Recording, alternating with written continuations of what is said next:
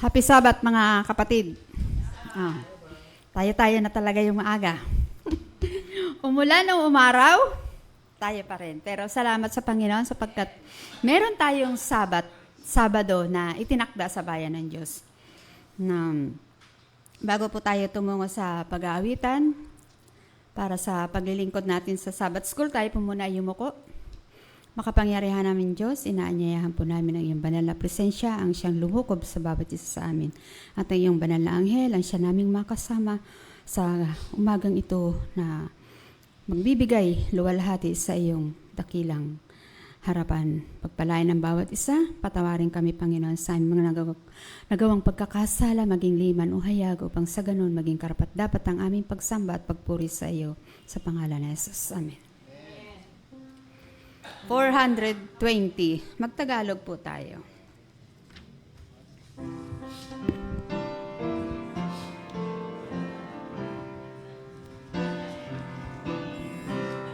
Sing.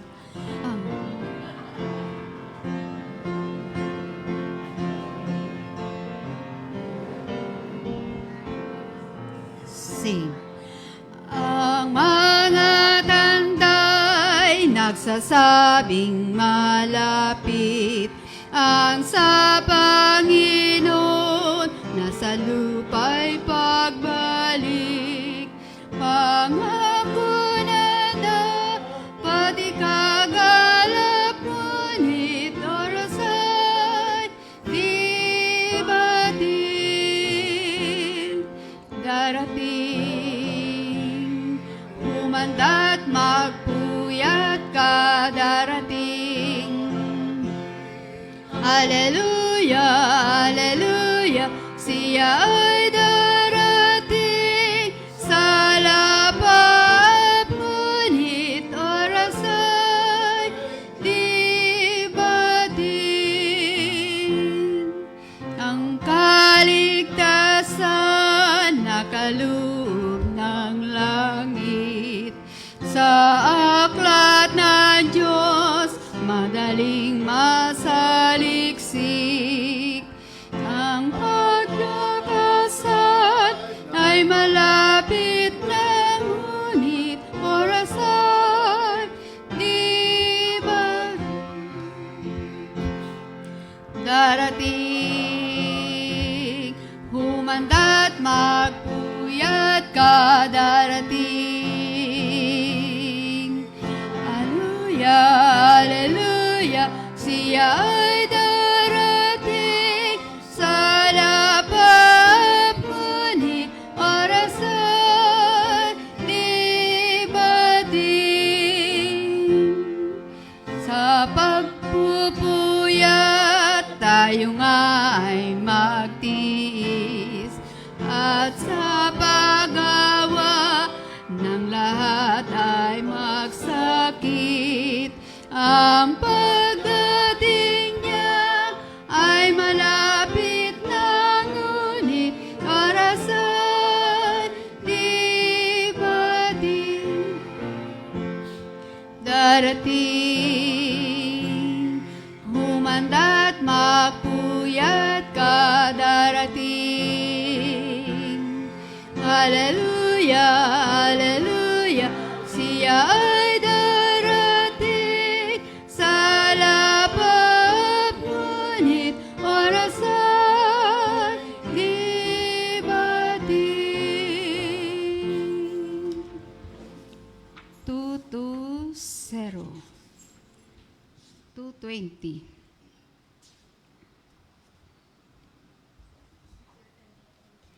Panginoon naming Jesus.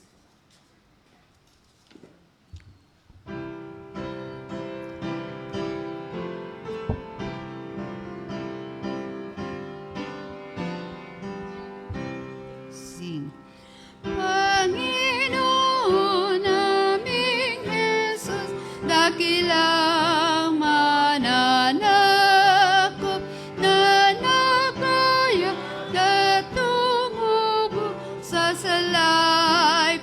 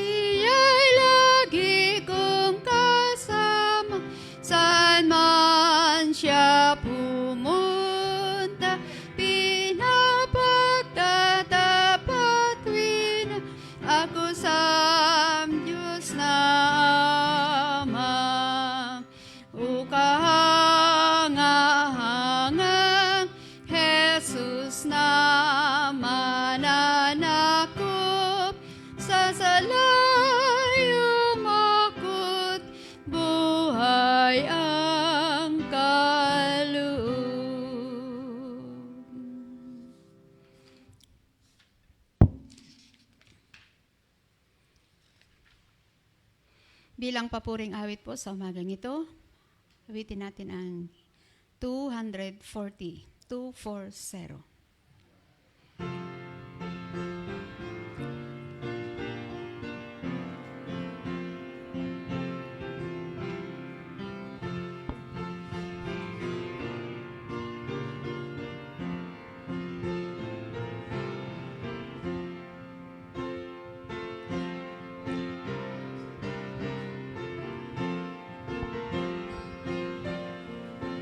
Tayo pong lahat ay tumayo.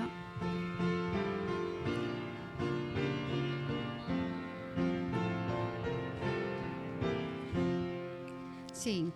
Hinog ng mga uhay sa bukirang malawak at sa liwanag ng araw mas danat nakabilan. Panginoon, iyong dinggin ang aming panawagan. Mga niya'y suguit di namin magampanan. Sa umaga't sa tanghali sila iyong suguit. Sa pagdating ng gabi sila iyong tipunin. Dinggin ang aming panawagan. Mga niya'y suguit di namin magampanan. Pusugo ng Panginoon, gitungo ay pisanin. Pagkasumapit ang hapon, tuwa'y iyong kakamtin. Panginoon, iyong dinggin ang aming panawagan. Mga niya'y suguit di namin agampanan. Bago po tayo lumuhod, atin mo munang basahin ang ating talatang sauluhin ngayong linggong ito. Tayo po ay magbasa. Go. Afterwards, Moses and Aaron went in and told Pharaoh, they say, the Lord God, or let my people go, that they may hold a feast to me in the wilderness. And Pharaoh said, who is the Lord, that I should obey his voice to let Israel go? I do not know the Lord, nor where I let Israel go. Tayo po ay maniklohod. Panginoon namin Diyos, makapangyarihang ka po sa lahat. Lubos po ang aming pasasalamat at kagalakan sa dakilang araw na inyong pinagpala, binasbasan at binanal. At kami, Panginoon, ay patuloy na sumusunod sa iyong banal na kalooban at kautusan. At Ama, sa umagang ito, pinasasalamatan din po namin ang mga nakaraang araw sa aming buhay na nakaranas kami ng mga pagpapala, ng mga pagsubok na nagpalakas sa aming pananampalataya. Meron kaming mga suliranin, meron kaming problema o suliranin sa aming buhay. Ngunit Panginoon, nananatili ang aming pag-asa na ikaw ay nariyan sa lahat ng sandali, hindi niyo kami pababayaan. Narito din po, Panginoon, ang iyong bayan, patuloy na magpupuri at sasamba sa iyong dakilang pangalan. Amin pong nais na hiling sa iyo ay ang ipagkaloob ang katalinuhan sa bawat isa, sa mga makikinig, gayon din po sa may mga bahagi. Naway ang bahaging ito ay maipagkaloob sa namin sa iyo na may kabanalan. Puspusin ang bawat isa, gayon din po, Panginoon, ang mga kapatid namin na di pa namin nakakasama sa mga sandaling ito. Ano man po ang kanilang mga kadahilanan, Panginoon, kayo po, Panginoon, ang nakakaalam. Sila po, Panginoon, ay inyong pagpalain at palakasin sa kanilang pang-espiritual na buhay. Kayo ang nakakaalam ng aming mga puso't isipan. Kaya, Panginoon, sa umagang ito, ang mga may karamdaman at mga suliranin, naway inyong basbasan at pagpalain at bigyan ng pag-asa ng kagalingan ang may mga karamdaman. Ama, amin din pong idinadalangin ang kalagayan ng bansa namin na dumaranas ng masamang panahon sa oras na ito. Sa mga araw na ito, Panginoon, naway maging handa at maging alisto ang mga tao upang sa ganon mailayo sa kapahamakan ang bawat isa. At alalahanin, lalo't ang mga bayan na sasadlak sa masamang panahon na sa oras na ito, Panginoon, naway maalaala nila na ang araw na ito ay araw ng pagsamba at araw na inyong dinakila at binasbasan. Marami pong salamat, Ama, sa umagang ito, sa pagtugon niyo at pagdinig sa aming panalangin at nagpapakumbaba po kami, Panginoon, lumalapit sa iyo na kami inyong patawarin, Ama, sa aming mga kasalanan na nasumpungan niyo kami sa anumang uri ng pagkakasala, maging lihim man o hayag, upang sa ganun maging karapat-dapat ang aming pagsamba sa paghapong ito sa pangalan ni Jesus. Amen.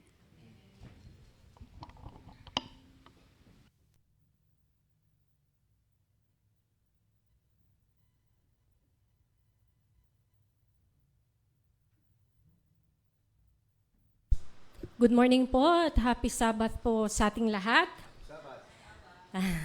Kumusta po? Bagaman mapangit po yung ating panahon, di ba? Pero patuloy pa rin po ang ating pagpupuri sa ating Panginoon sa araw ng Sabbath na ito. We are so blessed na ganun pa man, kahit ganito, nakarating pa rin po tayo sa ating bahay-sambahan. Dito, mga anghel. Dito, may mga anghel. So, anyway, sa lahat po ng mga nandito, welcome po at dun po rin sa mga naka-tune in online. Sana po hindi po mawala yung signal ninyo at makapanood pa rin po kayo. Welcome din po. Nagpapasalamat po ako sa mga participants pa rin. Maaga po yung mga participants, kaya lang inantay po namin kung na makarating pa yung mga tao. Pero nagumpisa na rin po. Medyo late nga lang po, pasensya na po. Anyway, nagpapasalamat po ako ang ating pong song leader na nagpaawit, si Sister Lynn Finca, ang ating pong pianist, Sister Laverne Basinillo. Ang opening prayer po ay ipinagkaloob po ni Sister Lynn Finca. Ang welcome remarks po ay ang inyong lingkod, Marian Umbal. Para po sa ating promotional talk, since wala po si Brother June Maalihan, ako na lamang po ang magbibigay ng promotional talk. Then susundan po ito ng isang musical offering na ipagkakaloob po ni Sister Sabela Umbao. Ang ating pong mission emphasis na ipagkakaloob naman po ni Brother Joelson Umbao. At pagkatapos po, tayo po ay magkakaroon ng lesson review. Ewan ko lamang po kung still care group. Mukhang isa lang po yata yung care group na nandito. Well, hopefully po, meron pong magtuturo ngayon pong araw na ito. And then our closing song, then closing prayer. Babanggitin ko lamang po ang ating pong Sabbath School offering last July 12. Ang adult po ay nakapaglikom po ng 1,715 at sa children naman po ay 155. So ang total po ng nalikom for our Sabbath School offering ay 1,870. Patuloy pa rin po tayong maging generous sa ating pong Sabbath School offering at maganda po yung mission emphasis or yung mission story para po sa Sabbath School natin kasi para po ito makabili ng mga Bibles para sa mga students. Oo.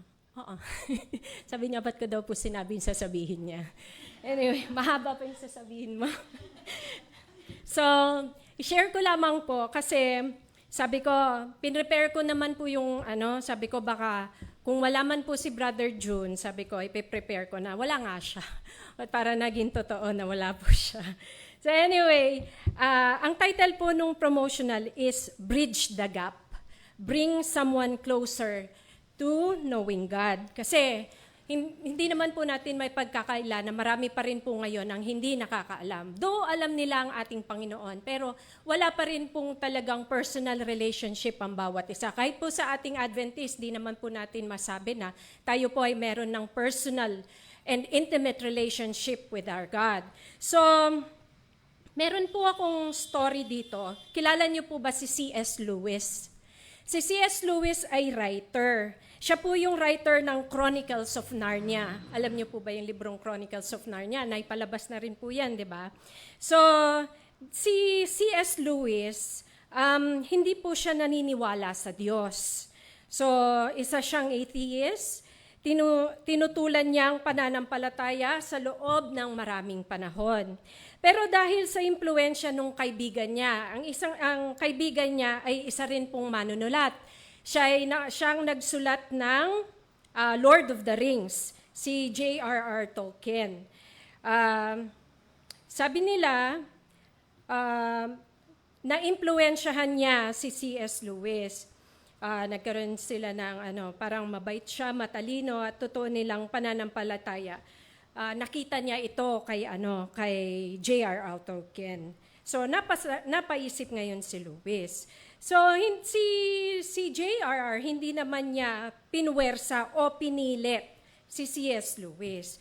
Pero si C.S. Lewis siguro sa pagkakaroon niya nila ng conversation, sa pagsasama nila, sa yung communication nilang dalawa, nagkaroon sila ng yung parang nakilala nila ang bawat isa, nakilala nila siguro maaring naikwento niya yung tungkol sa Panginoon, sa kanyang pananampalataya o baka meron siyang maganda at mabait na pag-uugali. So ngayon, kusang loob na tinanggap ni C.S. Lewis ang Panginoon at isinuko niya ang kanyang buhay sa kanya. Sabi niya, I gave in and admitted that God was God and knelt and prayed. Pagkatapos nito, ginamit siya ng Diyos upang maipahayag ang ebanghelyo sa milyon-milyong tao sa pamamagitan ng kanyang mga aklat, essays at testimonies. So, tayo po ba? Paano po ba tayo nakakapaghikayat? Paano po ba tayo nagiging bridge? So, maaring ito suggestion or pwede nating gawin para, kasi syempre hindi naman tayo lahat Bible scholar, hindi rin tayo pastor, hindi rin tayo preacher, pero meron naman tayong kumbaga, ano ba yung relationship natin sa ating Panginoon na pwede natin maibahagi sa ating kapwa. Yung puso na mapagmahal, mahilig tayong mag-share ng kung anong meron natin at panalangin. So ganito daw, kailangan sa ating kapwa, marunong tayo na magmahal at hindi mangaral agad. Siyempre, kapag meron kang nakilalang bago, alamin mo ba o anong relihiyon mo? Anong paniniwala mo? Hindi naman po natin agad na yon. O kaya may nasabi siya na bagay na tungkol sa relihiyon niya na baka naman tayo ay hindi ganyan ang paniniwala namin ganito. Siyempre hindi po yun may pag-ibig, di ba? So kailangan build a relationship, let them feel God's love through your kindness. Yung pagkakaroon ng mabuting pag-ugali. Pangalawa, isabuhay ang pananampalataya. Maaring nagbabahagi tayo dito, nakatayo tayo dito, nag-share tayo ng mga salita ng Diyos. Pero nakikita po ba ito sa ating pag-uugali, sa ating karakter? Kung hindi naman nakikita ito, parang wala ding use, di ba? Hindi natin, syempre una sa pamilya, kasi sabi nga nila, yung nanay, siya yung dragon sa bahay, parang ganun yung sinasabi nila, di ba? Parang dragon sa bahay, pero pagdating niya sa labas, ay, kumusta po kayo? Ay, di ba? Ganun, di ba? So, parang ako kasi, yun yung personal experience ko. Parang, hindi naman dragon, pero syempre yung paulit-ulit na sabi, parang sa kanila, ganun sa pandinig nila. Pero, di ba, pagdating mo sa simbahan, ay, kumusta po kayo? Ay, hello po, yung mga ganon, di ba? So, kailangan sa buhay daw po natin na ma-reflect natin yung pag-ibig ng Diyos at saka yung peace knowing that God is with us. So, pangatlo is magkwento, hindi mag-debate. So, kapag halimbawa, na-establish mo yung relationship mo sa isang tao, eto na yung time na titirahin ko yung ano niya, yung parang, di ba, yung kanyang paniniwala na, sasabayin kita kasi mali yan. Hindi. So, still, hahayaan lang natin, hindi naman, i-correct natin with love, hindi naman natin sasabihin na, hindi, mali yan, hindi. Kasi ayon sa Biblia, ganito, ganyan. So, di ba, hindi naman tayo nakakapag-build ng relationship kung palagi tayong makikipag-away at ipipilit natin sa kanila. Parang let them discover the Word of God para sa kanila ay mabago sila. Pwede mong i-share yung mga testimonies mo na nangyari sa iyong buhay and through the Word of God kung nasaan yung truth nasa salita ng Diyos. So, manalangin para sa kanila. Hindi mo sila, kahit hindi mo sila makumbinsi, alam naman natin it is not our part to transform them. Kundi, patuloy lang tayong maging bridge, kumbaga, mag-share. Ngayon, bahala na ang Holy Spirit na mag-transform sa kanila. So, next is anyayahan sila sa ligtas, magaan, at masayang kapaligiran through fellowship. Diba?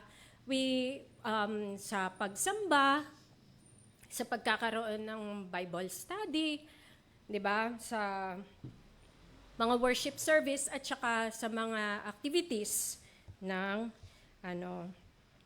So pwede rin tayo bilang mga Christians, we can be bridge sa gap na meron sa panahon na ito. Kasi ngayon, ang panahon natin, iba na, very fast pacing, di ba po? Masyadong mabilis, masyadong di natin namalayan yung ating mga kabataan, iba na yung influence sa kanila. So let us continue, tayo bilang parents naman, we can continue sharing to our youth, to our children, yung pagiging bridge din na makita din nila sa atin, na mamuhay tayo na mas malapit sa Diyos para rin sila gayahin nila kasi mga kabataan, 'di ba? Ginagaya nila kung ano yung ginagawa ng mga magulang nila. So, let us continue to be a bridge. Let's be the bridge. Let's bring people to Christ. Yun lamang po at happy Sabbath po sa inyong lahat.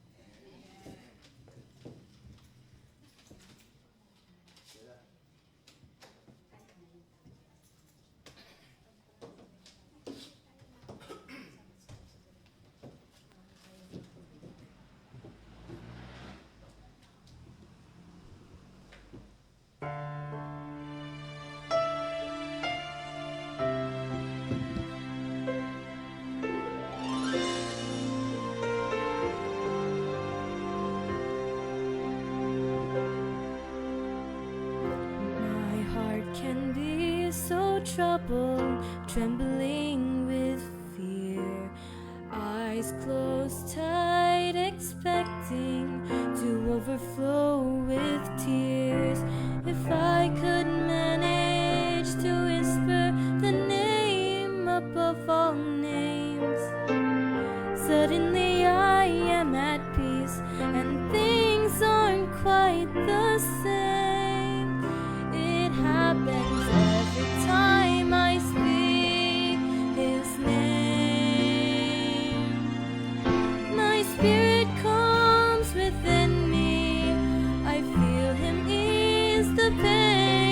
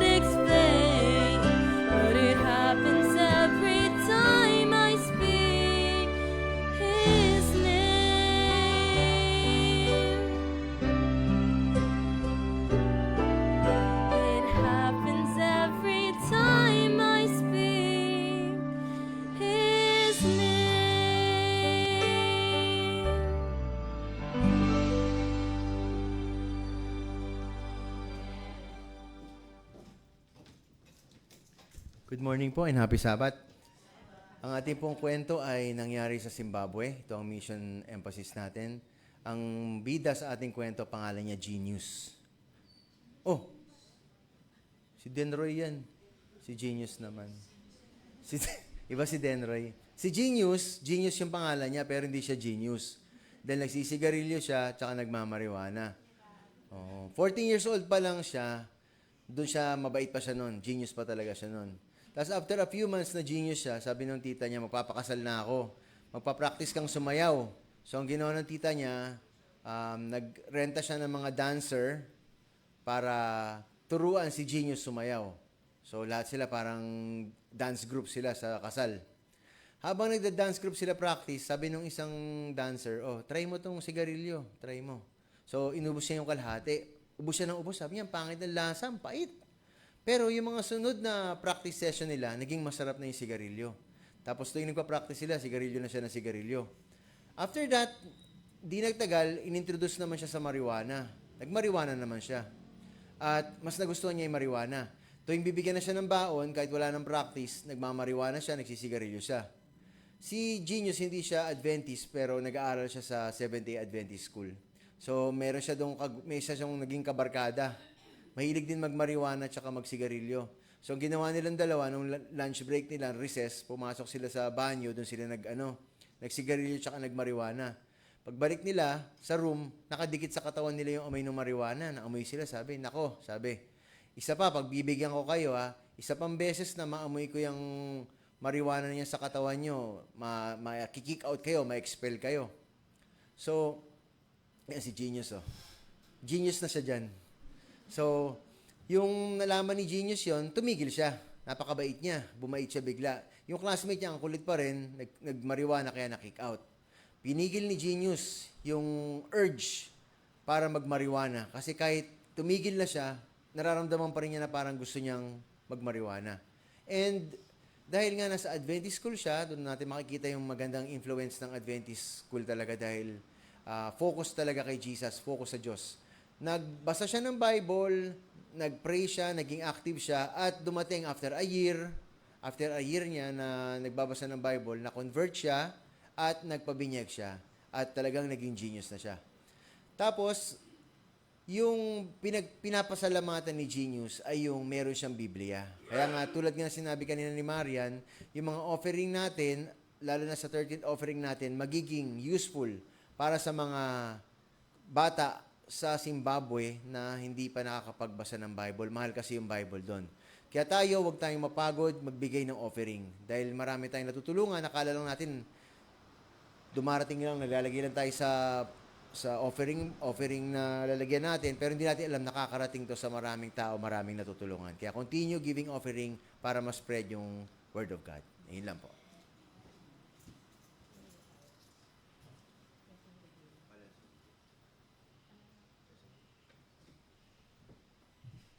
Tayo na po ngayon ay dadako sa ating lesson review. Pwede na po mag-check ng attendance.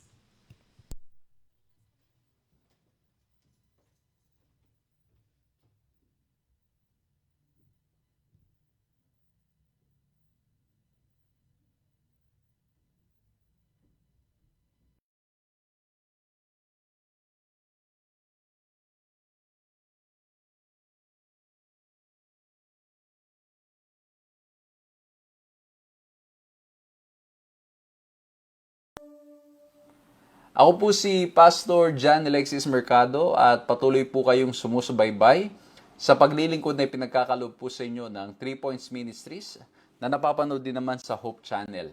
Maraming salamat sa ating Panginoong Diyos sa kanyang pag-iingat, sa kanyang pagmamahal, sa mga biyaya, provisions na kanya pong ginawa. By God's grace mga kapatid, I am safely back home dito po sa Philippines and we praise the Lord sa pagkakataong ipinagkaloob po sa atin ng ating Panginoong Diyos upang makapaglingkod sa ating mga kapatid, mga kaibigan po sa US. Maraming salamat po sa mga kapatid, mga kaibigan na nagbukas ng kanilang mga tahanan at hindi lamang po nagbukas sa kanilang mga tahanan kundi nag-provide rin ng paraan upang nang sa ganon, hindi lamang po ako kundi ang aming buong pamilya ay makapaglingkod sa pamagitan po ng mga awitin at mga mensahe. Muli po, maraming salamat po sa inyo at nawa po ay na-bless po kayo at kami po mismo ay bless na bless sa inyong lahat at nawa po patuloy pa kayong gamitin ng ating Panginoong Diyos. We won't be able to make it if not because of the grace and mercy of our Lord Jesus Christ. At maraming salamat po sa inyong pagpapagamit sa ating Panginoong Diyos. Muli po, from the bottom of our hearts, thank you very much. And we hope that by God's grace, marami pa po kaming mamimit na mga online viewers po natin. At by God's grace, hopefully po ay maging dahilan at paraan na rin para nang sa ganun po ay patuloy ng ating paglilingkod ay mangyayari.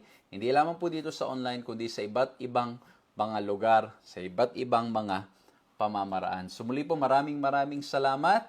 At kung ito po ang unang pagkakataon na nakakasama namin kayo, please like, subscribe, hit the notification bell, paki-follow ang ating page, pag-support ang ating YouTube account para po nang sa ganun ma-notify po kayo at patuloy kayong ma-bless sa lahat po ng mga content na aming sinishare po dito. So muli po, purihin ang ating Panginoong Diyos at tulad po ng dati, kung lagi na namin kayong kasama, paki-share po ang pag-aaral na ito sa pamagitan po sa mga nanonood sa social media, paki-share nyo po by clicking the share button, tapos i-share nyo po sa timeline ninyo, sa mga kaibigan ninyo, sa mga mahal nyo sa buhay, kung sino man, at nawa po'y maraming marating ang mensaheng ating pag-aaralan ngayon. At kung kayo naman nakikinig sa radyo at sa television, paki-share nyo po sa mga kapitbahay nyo, sa mga kaibigan ninyo. Kaya i-play nyo ng malakas para marinig ng mga tao sa paligid ninyo at nawa po kapulutan nila ng leksyon ang lahat ng ating pag-aaralan. At muli po, ay samahan nawa tayo na ating Panginoong Diyos sa ating gagawang pag-aaral nito. Hingin po natin ang kapangyarihan at katalinuhang nanggagaling sa Kanya sa pamamagitan ng panalangin. Ama po naming Diyos, dakil at makapangyarihan sa lahat. Maraming salamat po sa pagkakataong ibinigay niyo po sa amin upang patuloy pong mapag-aralan ang inyong mga salita. O mahal na Diyos, sa aming mga sarili kami mga mahihina. Sa aming mga sarili kami walang magagawa. Ngunit salamat po mahal na Diyos dahil tunay pong napakabuti ninyo. Tunay pong napakamapagmahal ninyo. Gabayan niyo po nawa kami, Panginoon, at nawa po sa aming gagawing pag-aaral nito. Mabless po kami. Maunawaan po namin kung paanong ang inyong mga salita ay nagbibigay ng mensahe sa amin at kung paanong kayo po ay nakikipag-usap sa amin at nawa po sa klarong instruction na marireceive namin sa inyo. Tulungan niyo po kaming sumunod.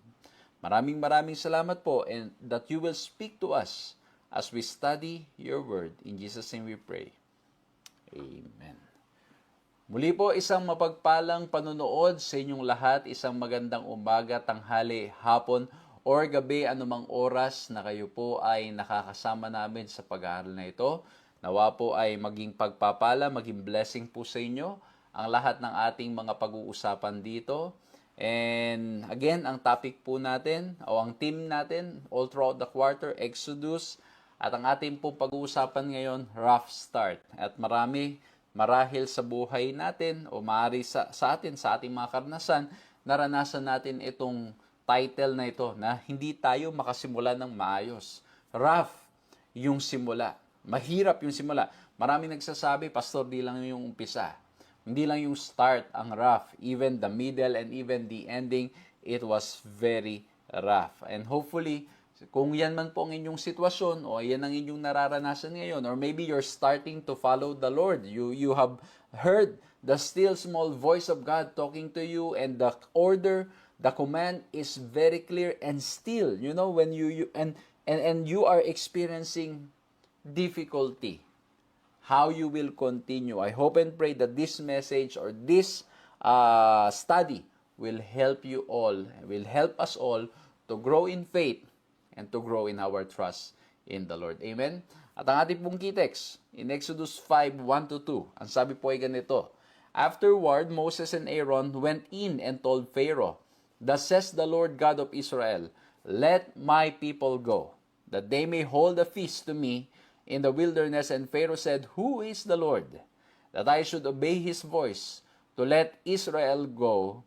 I do not know the Lord, nor will I let Israel go. Ito po yung pag-uusapan natin and mas ipapaliwanag po natin yan as we study yung ating pong 3 points.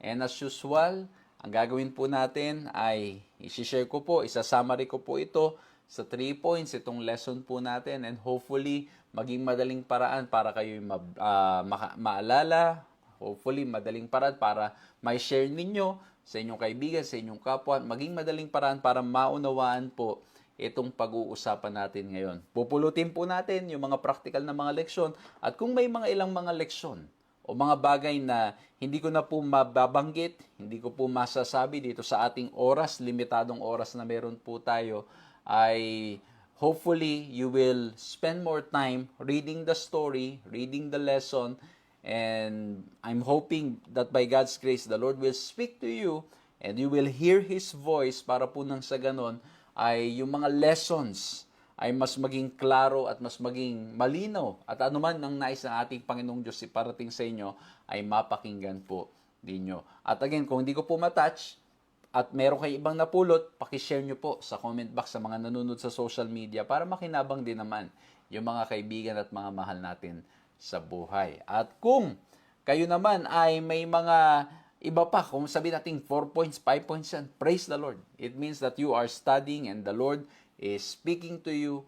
Hopefully, you will find a way to share those lessons para po nang sa ganon ay mas madali niyong maalala at mabless po tayong lahat. So again, 3 points po tayo at balikan lamang natin ng konti yung pinag-usapan natin noong nakaraan. At ang sabi po sa Exodus 3:10, "Bring my people, the children of Israel, out of Egypt." Ito yung encounter ni Moses sa ating Panginoong Diyos at siya'y binigyan ng order, clear command, na ikaw ang gagamitin ko to bring my people, ang aking bayan, ang children of Israel, labas sa Egypto, palabas sa Egypto. Kaya nga, kinonect pa nga natin ito sa Exodus, di ba, yung come out of her, my people. So ito po, no, sinapag-atasan, napag-utusan, nasabihan itong si Moses at by God's grace, even after all the excuses, the grace of God was abounding. And because of the abundant grace and love of our Lord God, sumunod si Moses. And he went to Pharaoh. At ito po, sisimulan natin yung first point natin. At ang pag-uusapan natin ay 3 letter O. And the first letter point, dito po sa pinag-uusapan natin rough start, let's look at the obstacles. Okay? Let's look at the obstacles. Ang sabi po doon sa binasa nating text, sa Exodus 5:1-2.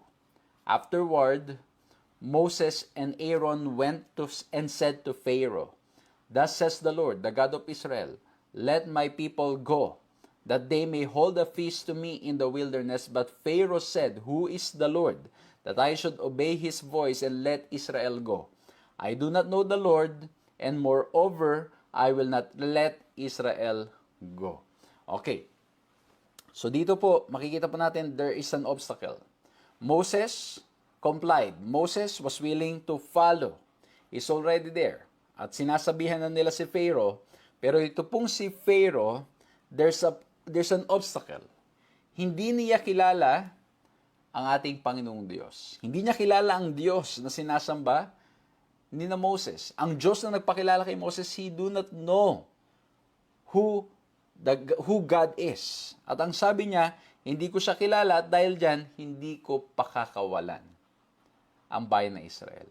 Bago natin tuluyang pulutin yung mga leksyon dito, napakaganda kasi marahil pag minsan naiisip natin na pag tayo sumunod, automatic, everything will just go in favor of what we believe or what we are thinking. Kumbaga, marahil lang ilan sinasabi, dahil ito ang utos ng Diyos, automatic, everything will go well. Everything will be smooth. There will be no problems. Pero makikita po natin dito, as Moses followed, ano po nangyari sa kanya? There's an obstacle. Hindi naging smooth immediately. That's why it's a rough start. Mahirap. Ano po? Kumbaga, ina-expect natin pag minsan, pag tayo sumunod sa Diyos, everything will go smoothly. Pero dito po, no, it's not smooth. It's rough. Mahirap. And that's why I want to read this. Many believers think that when one decides to follow God, he or she will experience only happiness, prosperity, and success. That's not necessarily the case. However, as the Bible itself often shows, sometimes many obstacles appear as well as new difficulties. Okay? Malinaw po, no? Na sa ating pagsunod sa ating Panginoong Diyos, hindi all the time magiging smooth. Magkakaroon ng mga obstacles, magkakaroon ng mga challenges, magkakaroon ng mga difficulties as we follow the Lord. And again, this is consistent to what the Lord said, what Jesus said. In this world, you and I, all of us will have tribulations. Kahit na tayo pa ay mananampalataya na, makakaranas tayo ng mga pagsubok. Kahit na tayo tapat na sumusunod sa ating Panginoong Diyos, sa kanyang mga nais, sa kanyang mga kagustuhan, there will be problems. And when you are active in the mission, pag kayo active na naglilingkod sa ating Panginoong Diyos, sa maraming mga pamamaraan, let's say sa pangangaral na ebanghelyo, sa pag-awit at sa pagpapagamit sa inyo ng inyong mga kakayanan at ng inyong mga resources sa ating Panginoong Diyos, it's not always going to be smooth. There will be problems as we are seeing now in the life of Moses when he followed the Lord. Si Pharaoh, ang sabi niya, sino itong Diyos na ito na nagsasabi? Napakawalan ko ang Israel. Hindi ko siya kilala at dahil dyan, hindi ko pakakawalan ang bayan ng Diyos. There's an obstacle. At makikita rin po natin dito na ang pinag-uusapan dito is that Pharaoh do not know him. How important it is na makilala natin ang ating Panginoong Diyos. And many times, the reason why we cannot follow, we cannot take heed of the voice of God, or we cannot obey, because we do not know Him. We do not know His voice. Diba? Kahit naman sa practical na buhay, kahit sa ating paligid lamang, kapag hindi natin kilala, tayo inutusan, hindi tayo basta-basta nasunod. Pero pag yan ay alam nating tao na nagmamahal sa atin at ang iniisip ay kabutihan natin, na tayo mapapabuti, at pag siya may sinabi, anong gagawin natin? Susundin natin. Pero nangyari dito kay Pharaoh, automatic, nung sinabi niyang hindi ko siya kilala, ang sabi niya kagad, no, I will not obey. Wala man lang ba yung sinabi niya na, teka, sino nga ba yan? Sino ba yung Diyos na yan? Can you introduce that God to me? Wala man lang ganun. Si Pharaoh, at ang sabi niya kagad, no, I will not let Israel go. Kasi hindi ko kilala yung Diyos ninyo. There was no interest to know the God whom Moses is serving. And palagay ko, mga ginigilin ng mga kaibigan, mga kapatid, the Lord has been, of course, the Lord has been working in miraculous ways, in ways that we do not know, para nang sa ganon ay maparamdam, mapakita, kasi nga po, God is in the mission of making Himself known. Ang nais ng Diyos ay makilala natin siya. Kaya palagay ko po, there were instances. At lalo na't alam niya na yung kanyang mga inaalipin ay mga Hudyo na naniniwala sa Diyos sa langit. He has an idea. But he refused to know the God whom Moses and the Israelites were serving. You know, it's hard for him. It's hard for him to natanggapin kung sino yung Diyos na sinasamba at pinupurit, pinaglilingkuran ni Moses. It's hard for him because or possible he's not completely interested. Kasi nga, he looks at himself as God. He looks at himself as somebody who's better, who's stronger, and that's why ano po nangyari? When there was Moses introducing to him who God is, or there were glimpses of truth that he's seeing sa bayan ng Israel, do sa mga tapat na bayan ng Diyos na patuloy pa rin na kinikilala ang ating Panginoong Diyos, it was hard for him. Because his heart is not ready, is not open to know God. Malino pa naman, pag pinag-usapan natin sa John 17:3 sa New Testament, ang sabi ganito, and this is life eternal, that they might know thee, the only true God, and Jesus Christ whom thou hast sent. The only way. Para nang sa ganun tayo magkaroon ng buhay na walang hanggan, ay makilala ang ating Diyos. So, ito po ha, ulitin ko po. Ito pong si Pharaoh, there was, he could have tried to know who this God is, who is this God that Moses is preaching to him, and yet ang sabi niya, no, I do not know him, so I will not let Israel go. Yan sabi ni Ellen White sa The Great Controversy, page 269. Of all nations presented in Bible history, Egypt most boldly denied the existence of the living God and resisted his commands. No monarch ever ventured upon more open and high-handed rebellion against the authority of heaven than did the king of Egypt. When the message was brought him by Moses in the name of the Lord, Pharaoh proudly answered, Who is Jehovah, that I should hearken unto his voice to let Israel go? I know not Jehovah, and moreover, I will not let Israel go. This is atheism, and the nation represented by Egypt would give voice to a similar denial of the claims of the living God and would manifest a like spirit of unbelief and defiance. And we can see that happening in our world today. May mga bagay sa paligid natin na nagpapakilala, nagpapakita na may tunay na Diyos, and yet, what's happening? We deny the existence of God. We doubt what He is saying. At ito po yung obstacle na hinaharap ni Moses. Iniisip ko siguro, sabi ni Moses, makapangyarihan naman ng Diyos. Siguro pagpunta ko doon, magsasalita lang ako, automatic okay na. But no. It was not that way. It was not how it happened. Ito po yung pagminsan yung expectation natin completely different sa realidad ng ating hinaharap. Ano po? Talagang iba. Kumbaga minsan nga po 'di ba sa mga pictures, lalo na sa social media ngayon, you can fake things sa picture and then ano po mangyari pagdating na doon sa actual, may problema na. Ito pong recent trip namin, naalala ko tuloy, ay kami po ay nag-book ng parang isang tahanan na doon po, yung office po ay nag-book ng tahanan kung saan kami mag-i-stay para po sa pag-attend sa GC session. Ang nangyari, sa picture ay grabe, kaganda talaga. Napakaayos, kahit yung nasa labas pa lang, pag tinitingnan mo, okay na okay. Pagdating doon, mga kapatid, mga kaibigan, ang itsura, completely different. Hindi naman completely different, it's the same. Pero may mga, parang may mga vandalism, may dumi, tapos meron nang nakalagay na yung property pala ay binebenta na.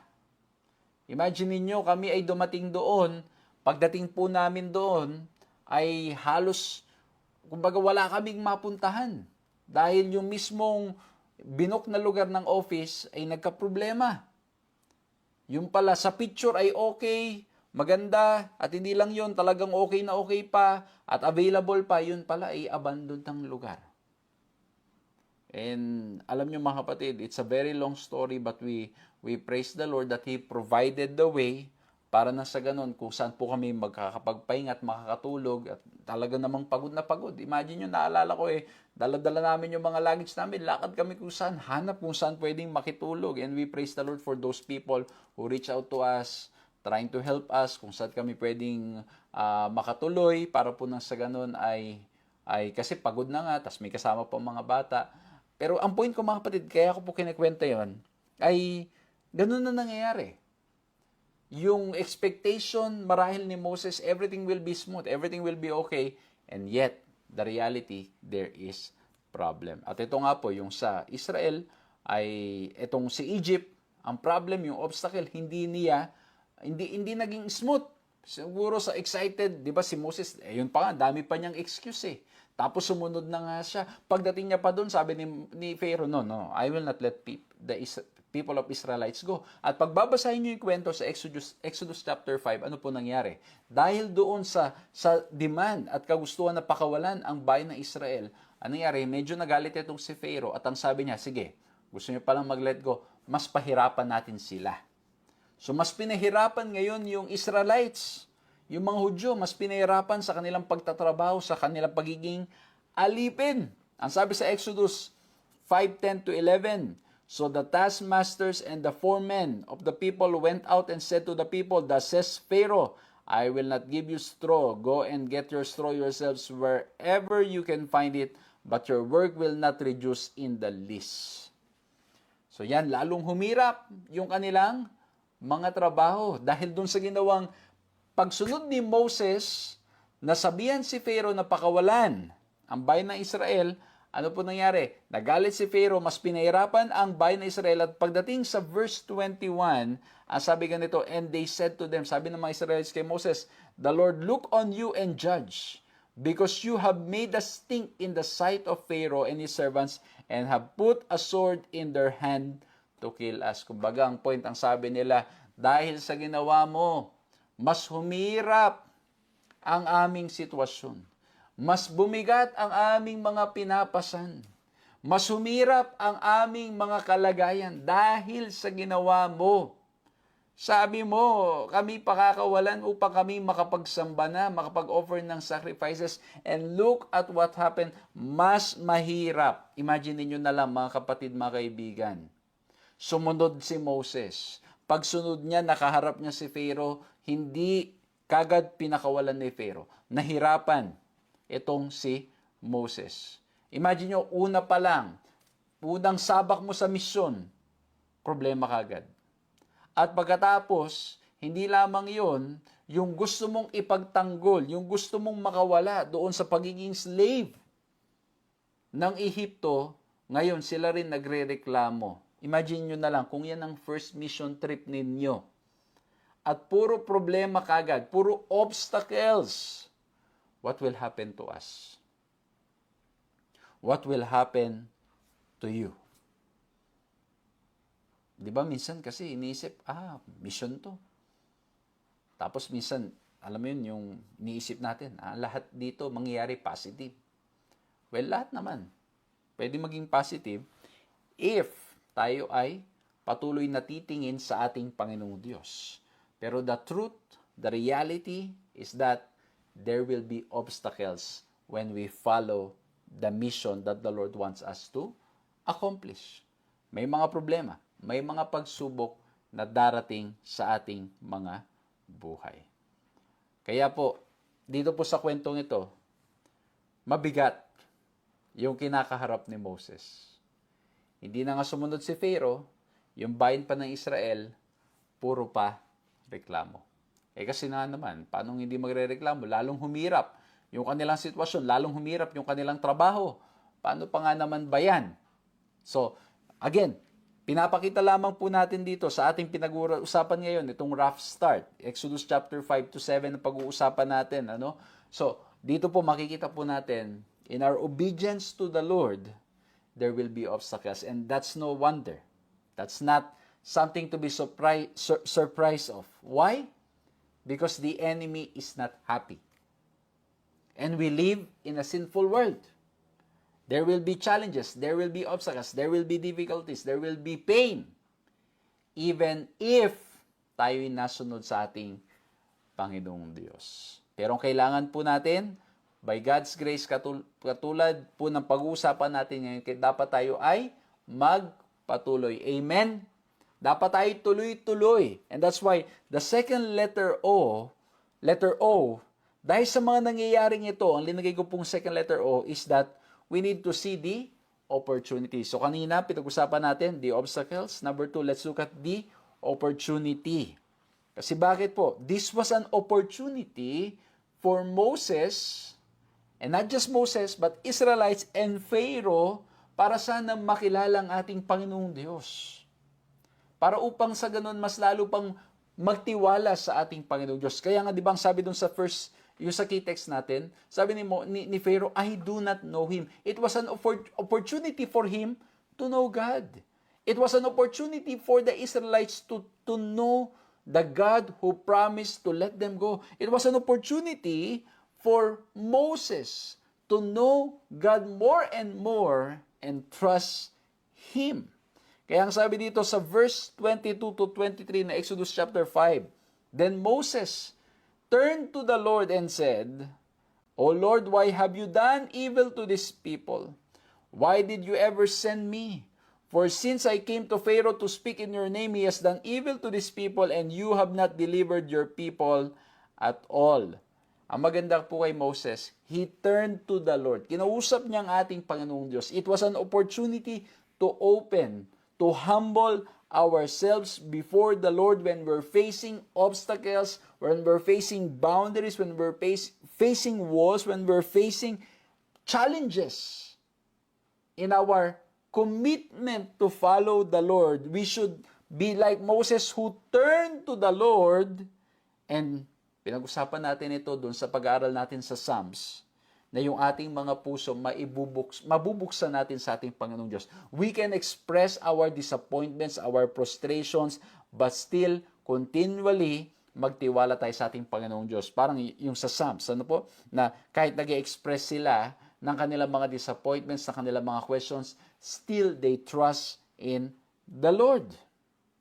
Ngayon, nung sinabi ito ngayon ni Moses, ang sabi sa 6:1, sa Exodus 6:1 ng ating Panginoong Diyos, But the Lord said to Moses, Now you shall see what I will do to Pharaoh, for with a strong hand he will send them out, and with a strong hand he will drive them out of his hand. Ang sabi ng ating Panginoong Diyos, hindi na lamang ako magsasalita, ako mismo ay kikilos. Ito ang gusto ko sa Diyos na ating pinupuri, Diyos na ating sinasamba. Ano po yun? Na siya'y Diyos ng hindi labang salita. Siya'y Diyos na kikilos para nang sa ganun maganap o mangyari ang kanyang mga pinangako. Amen?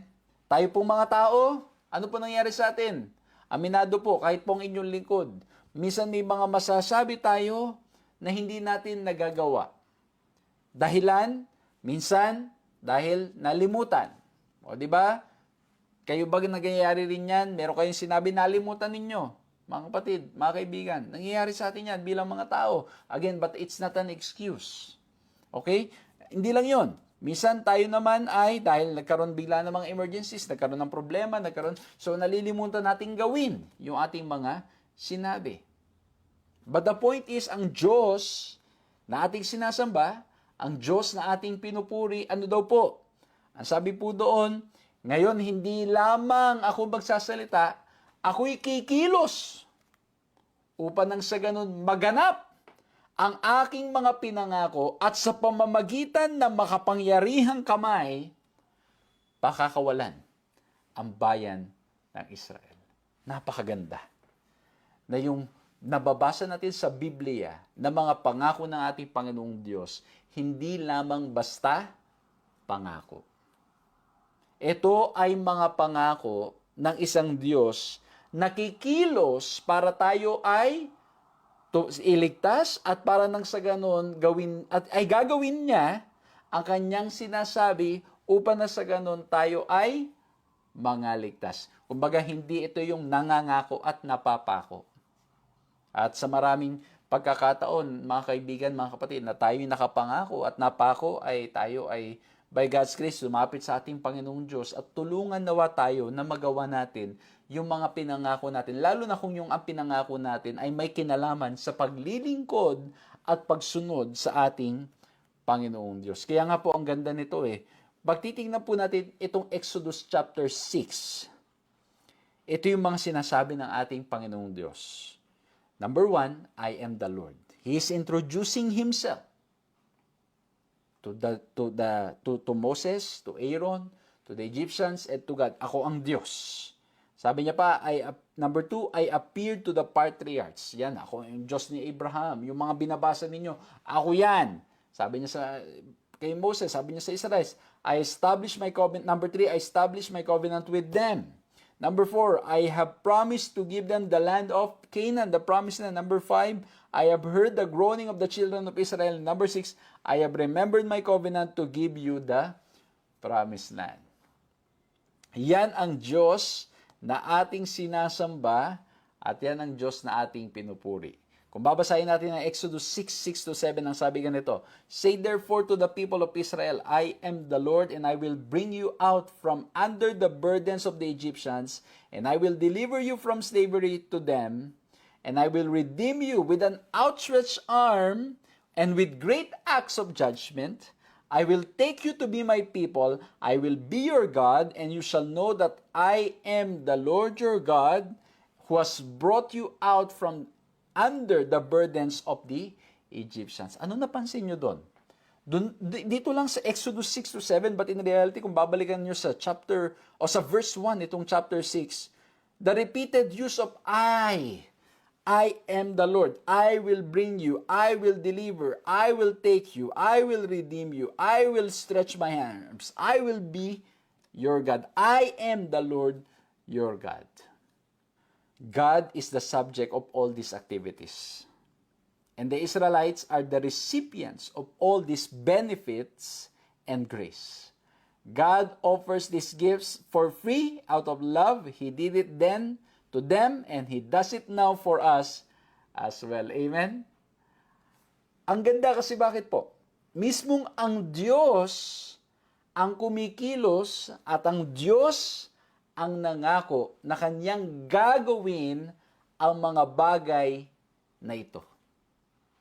Kaya nga po, He is the subject of all these activities. And we know that when He is the subject of all these things, itong mga pinangako, itong sinabi niya na kanyang gagawin, we know that with God, nothing is impossible. Walang imposible sa ating Panginoong Diyos. At dahil walang imposible and He is the subject of all these promises, siya ang nagsasabi ng mga bagay na ito, ibig sabihin ito ay matutupad. Ito ay mangyayari. Hindi ito haka-haka lamang, hindi ito drawing lamang. Ito ay tunay na mangyari. Naalala ko tuloy nung ako ay nag-aaral pa sa college. Madalas ay sasabihin, ay, mag-exercise na ako bukas. Magda-diet na ako bukas. Ako ay ganito na. And most of the time, when we are the subject, when we are the ones creating those promises, those commitments, ano nangyari? We fail. Kaya minsan, ang sabi nga po namin, pag may kaibigan kami nagsasabi na, magbabasketball na ako bukas, ako ay tatakbo na bukas, ako ay magdaganto na, ako ay magiging healthy na. Ang biro namin pag minsan, drawing lang yan. Drawing lang yan. Sabi naman ng isa, panaginip lang yan. Baka bangunguting ka lang. Kasi bakit po? Madalas, ito yung mga plano lamang. Kaya nga minsan, ang biruan nila, wag na magplano, wala namang natutupad. Biglaan na lang daw. Pero of course, we know the importance of planning. We do not deny the need, to plan because God is a God of order. Kaya po, ano po yun? Ang point ko, kaya ko po sinasabi yun. Dahil ang ating Panginoong Diyos, walang imposible sa Kanya. Pag Kanyang pinangako, mangyayari. Tayo, pag ating pinangako, tayo ay hindi natin natutupad. And that's why I put in our second point the opportunity. Why? Because it was an opportunity for Moses, for Pharaoh, and for the Israelites to know God more. It was an opportunity for Pharaoh to at least find out who this God is. It was an opportunity for the Israelites to know God more. It was an opportunity for Moses to know Him more, who called him out, who showed His miracle through the burning bush. It was an opportunity para mas makilala ang ating Panginoong Diyos. But many times, those opportunities, they are already in front of our eyes, or sometimes it's already just around us, but most of the time, we fail. we miss those opportunities. Yung mga sitwasyong dumarating sa ating mga buhay, those are opportunities para nang sa ganon mas kilalanin pa ang ating Panginoong Diyos. Pero madalas, nagiging dahilan siya para tayo lalo pang hindi makasunod. Para nang sa ganon tayo pa ay mas lalong magduda. Salip na tayo lalo pang magtiwala. Kaya naman mga ginigilo na mga kaibigan, mga kapatid, as we're looking at this lesson, rough start, yes, there will be obstacles, but these obstacles can be an opportunity para makilala pa ang ating Panginoong Diyos. Kaibigan, kapatid, baka po may mga sumusubaybay ngayon na maaring humaharap sa mga problema, sa mga pagsubok ng buhay. Maaring kayo ay may mga pinagdadaanang mabigat ngayon, mga pinansyal na mga problema, mga problemang pisikal, mga problemang mahihirap na sitwasyon sa buhay.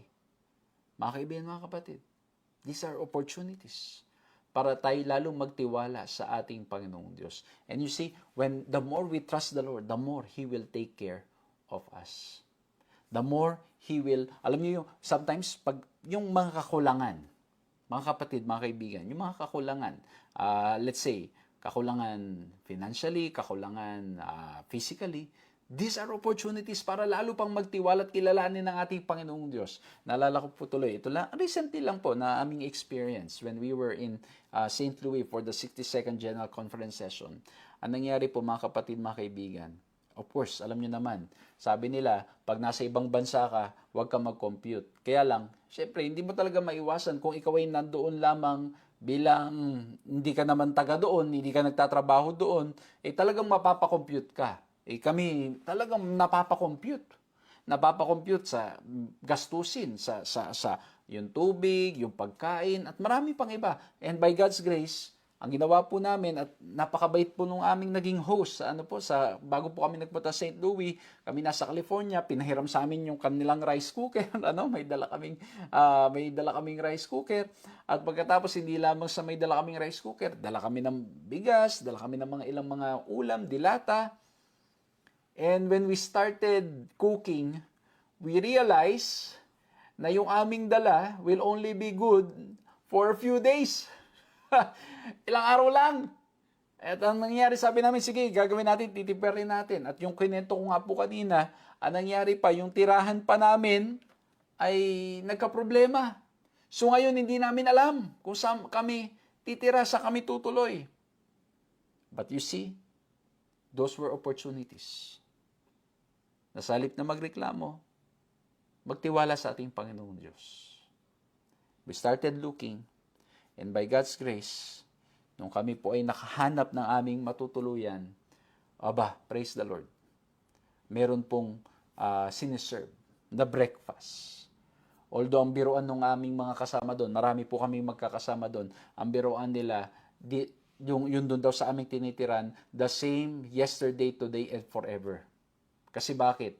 Kung ano yung sinerve mula nung unang araw, yun din ang sinerve hanggang nung ika-13th day. Same. But the point is, praise the Lord. Kasi nga po bakit? Yung aming dala na baon kaunti lang. At alam niyo mga kapatid, nung paubos na yung rice, may nagbigay bigla ng rice. Alam niyo naman, napakahirap. Lalo na doon, sanay sila na tinapay lamang. So, somebody gave rice. At naalala ko tuloy nung huling araw na, mga kapatid, mga kaibigan. That's why, these obstacles and problems is an opportunity for us to know the Lord. Alam niyo, nung huling araw na ginawa ng aking misis, yung normal naming isinasaing, kinalahati na lang ni misis. Para nang sa ganon, yung sa huling gabi o sa huling araw, meron pa kaming maisasaing.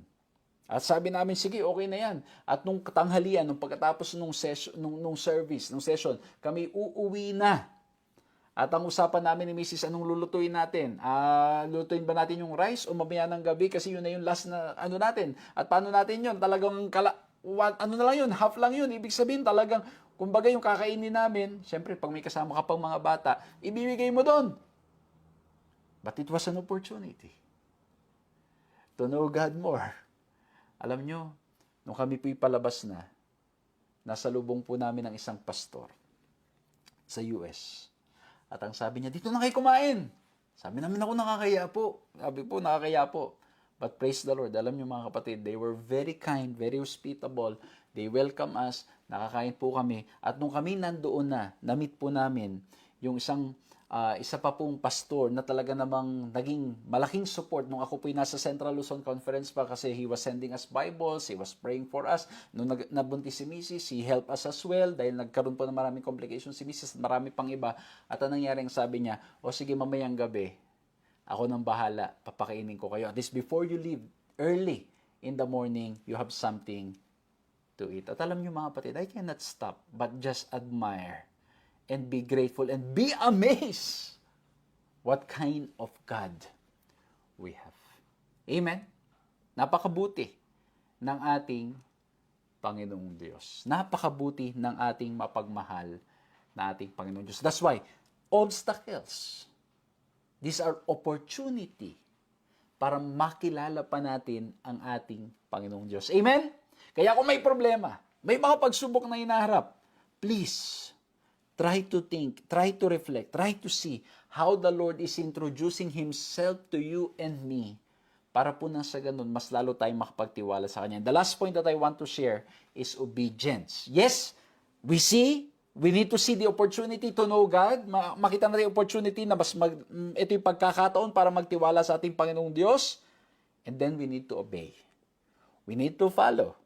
Ang sabi sa Exodus 6:9, Moses spoke thus to the people of Israel, but they did not listen to Moses because of their broken spirit and harsh slavery. So ito na, sumunod si Moses. Pinuntahan niya ngayon ng Israelites. Dahil kinausap ni Moses yung si Pharaoh at lalong nagalit, pinahirapan sila. Ang sabi sa verse 9, sumunod si Moses, pero ano po nangyari? Nagalit, ayaw nila sumunod. Siya, na broken yung spirit nila, umaasa sila na okay na immediately. Lalong humirap. Pero hindi nila nakita na yung lalong paghirap, the more opportunity that they will experience miracles. The more it's an opportunity to know God. Hindi nila nakita ang mga bagay na yon. Because of their broken spirit and harsh slavery. In verse 10 to 12, so the Lord said to Moses, go in, tell Pharaoh, king of Egypt, to let the people of Israel go out of his land.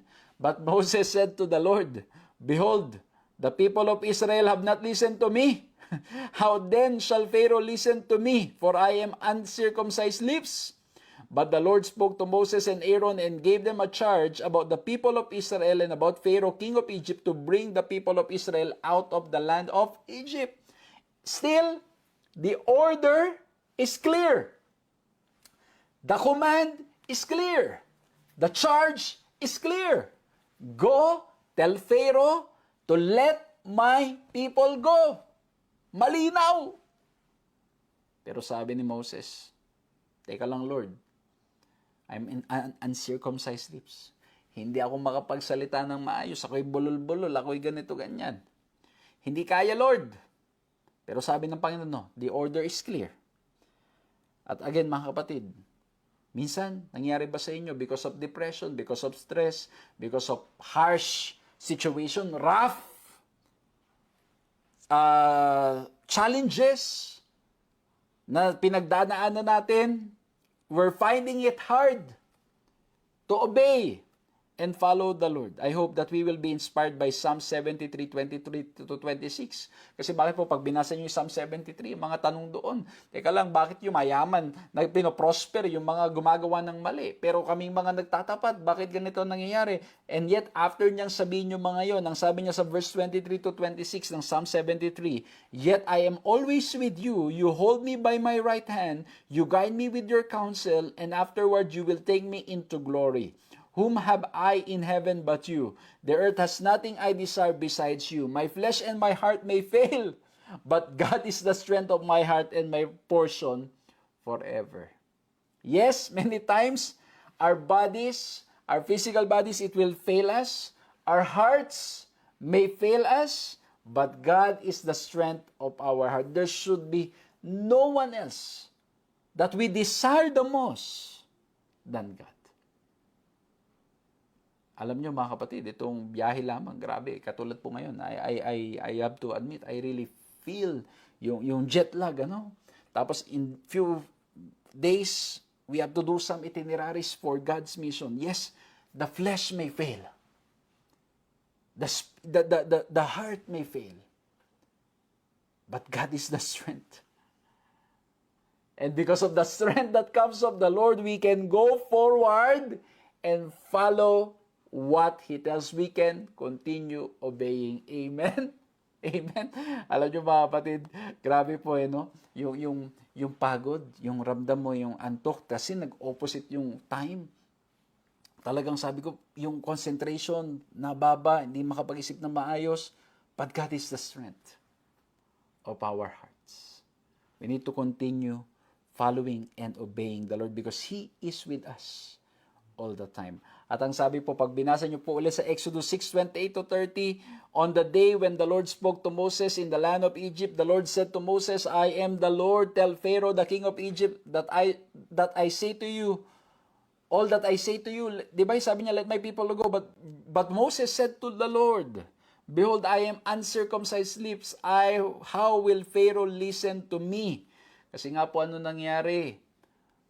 Okay na siya, di ba? Nung umpisa, dami niya excuses. At pagkatapos pumunta siya, ni-reject sa chapter 5. Ang sabi sa chapter 5, di ba? No, I will not let my people, let God's people go. Tapos yung mga Israelita, nagsimula na rin magreklamo kasi humirap yung kanilang sitwasyon. Kaya ngayon ang sabi niya, no, teka lang, I'm uncircumcised lips. Hindi ako makapagsalita ng maayos. How will Pharaoh listen to me? But again, God's grace is abundant. God's grace is sufficient. Bakit po? Pagdating sa chapter 7, verse 1.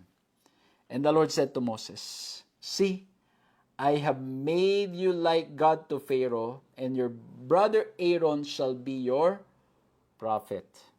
Kumbaga nangyari po, di ba ang Diyos nakipag-usap kay Moses, at si Moses should be the spokesperson, pero nangyari dahil hindi nga daw siya makapagsalita, so yung natatanggap niyang mensahe sa ating Panginoong Diyos, sasabihin niya kay Aaron, at si Aaron ngayon ang magsasalita. Kaya ang sabi dito, you will be like God to Pharaoh, and your brother Aaron shall be your prophet. Kumbaga yung grace ng Diyos, again, is sufficient that in all our complaints and excuses and in all our unworthiness, incapabilities, the Lord's strength will always be enough. Ang ganda po, no? Yung sinabi ni Moses, I am an uncircumcised lips. This could be a recognition of who He is, of His weakness. I cannot do this, Lord. It's really hard for me. Pero kung papansinin niyo po, it's also becoming an excuse. Kasi maganda yung alam natin yung strength and weaknesses natin. May mga part talaga na hindi natin magawa. Pero syempre, pag nandun na sa punto na kahit na sabi mo pang weakness mo yan, o hindi mo yan strength, o hindi mo yan forte, pero sinabi ng Diyos na gawin natin, we need to be willing to follow and obey. And God will always provide the way para nang sa ganun matupad natin ang kanyang ninanais para sa atin. Kaya po dito, again, I see this as God's grace. Providing Aaron to speak because he cannot do it yet for himself, by himself. Ang sabi, this account provides an excellent definition of the role of a prophet. A prophet is a spokesperson for God. He or she is his mouthpiece to transmit and interpret God's word to the people. As Moses spoke to Aaron and then Aaron announced it to Pharaoh, so God communicates with a prophet who then proclaims God's teachings to the people. This can happen verbally, in person, or as was most commonly done, the prophet received the message from God and then wrote it down. Kaya po yung Bible din natin, meron po tayo. They wrote it down. And ultimately, ang gusto ko pong bigyang pansin dito, because the grace of God is enough. If you read chapter 7, especially the beginning of chapter 7, Moses ran out of excuses for not following what God has called him to do. Ito ngayon ang tanong sa atin. What excuses might we use to try to get out of what we know God wants us to do? I hope when we find ourselves making excuses, we will realize that God's grace is always sufficient. He will provide the way for us to fulfill what He has called us to do. Again, ang pinag-usapan po natin ngayon, rough start. We look at the obstacles, we look at the opportunity, and we look at the obedience. Nawa po'y na-bless kayo sa ating pinag-aralan nito. Ang tulad po ni Moses, patuloy nating makilalang Diyos. At kahit mahirap, kahit maraming mga pagkakataon na tayo ay parang nagdududa, maging opportunity ito para makilala natin siya at lalo pang sumunod sa kanyang kalooban. Let's bow our heads and let's pray. Maraming salamat po, mahal na Diyos, sa aming napag-usapan ngayon.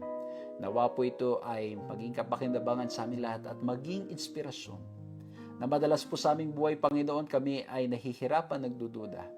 Nawa po ay makita po namin na ito'y oportunidad para mas makilala kayo ng lubusan. At nawa po, Panginoon, sa pagkilala namin sa inyo ng lubusan at mas malalim, maging dahilan para mas lalo po kami magtiwala at sumunod sa inyo lamang. Maraming salamat po, mahal na Diyos, sa inyong mga pangako na kami sasamahan ninyo. Hindi lamang sa panahon ng sagana, kundi maging sa panahon ng kakulangan. Hindi lamang sa panahon ng kasiyahan, kundi maging sa panahon ng kalungkutan. At tulad po ng sinabi sa Psalm 73, there is nothing on earth that we desire beside you. It's you, Lord, that we desire the most. Our heart and our flesh and our hearts may fail us, but God is the strength of my heart and my portion forever. Maraming salamat po, mahal na Diyos. Patuloy niyo po kaming samahan, palakasin, gabayan, at patuloy po nawa namin kayong makilala pa sa pangalan namin, Panginoong Yesus. Amen. Maraming salamat po sa inyong ginawang pagsama sa ating pag-aaral na ito at nawa po'y nakinabang kayo, nawa po'y na-bless kayo, at nawa po ang pag-ibig ng ating Panginoong Diyos ang patuloy nating maranasan ngayon at magpakailanman. Purihin ang kanyang pangalan at nawa po i-share po nating patuloy pang pag-aaral nito para mas marami pang mabless. At muli po maraming salamat sa lahat po ng mga kapatid, mga kaibigan na gumawa at gumagawa ng paraan para po nang sa ganon patuloy pong makapaglingkod tayo online and face to face. Purihin ang ating Panginoong Diyos at magkita-kita po tayong muli sa susunod na mga pag-aaral.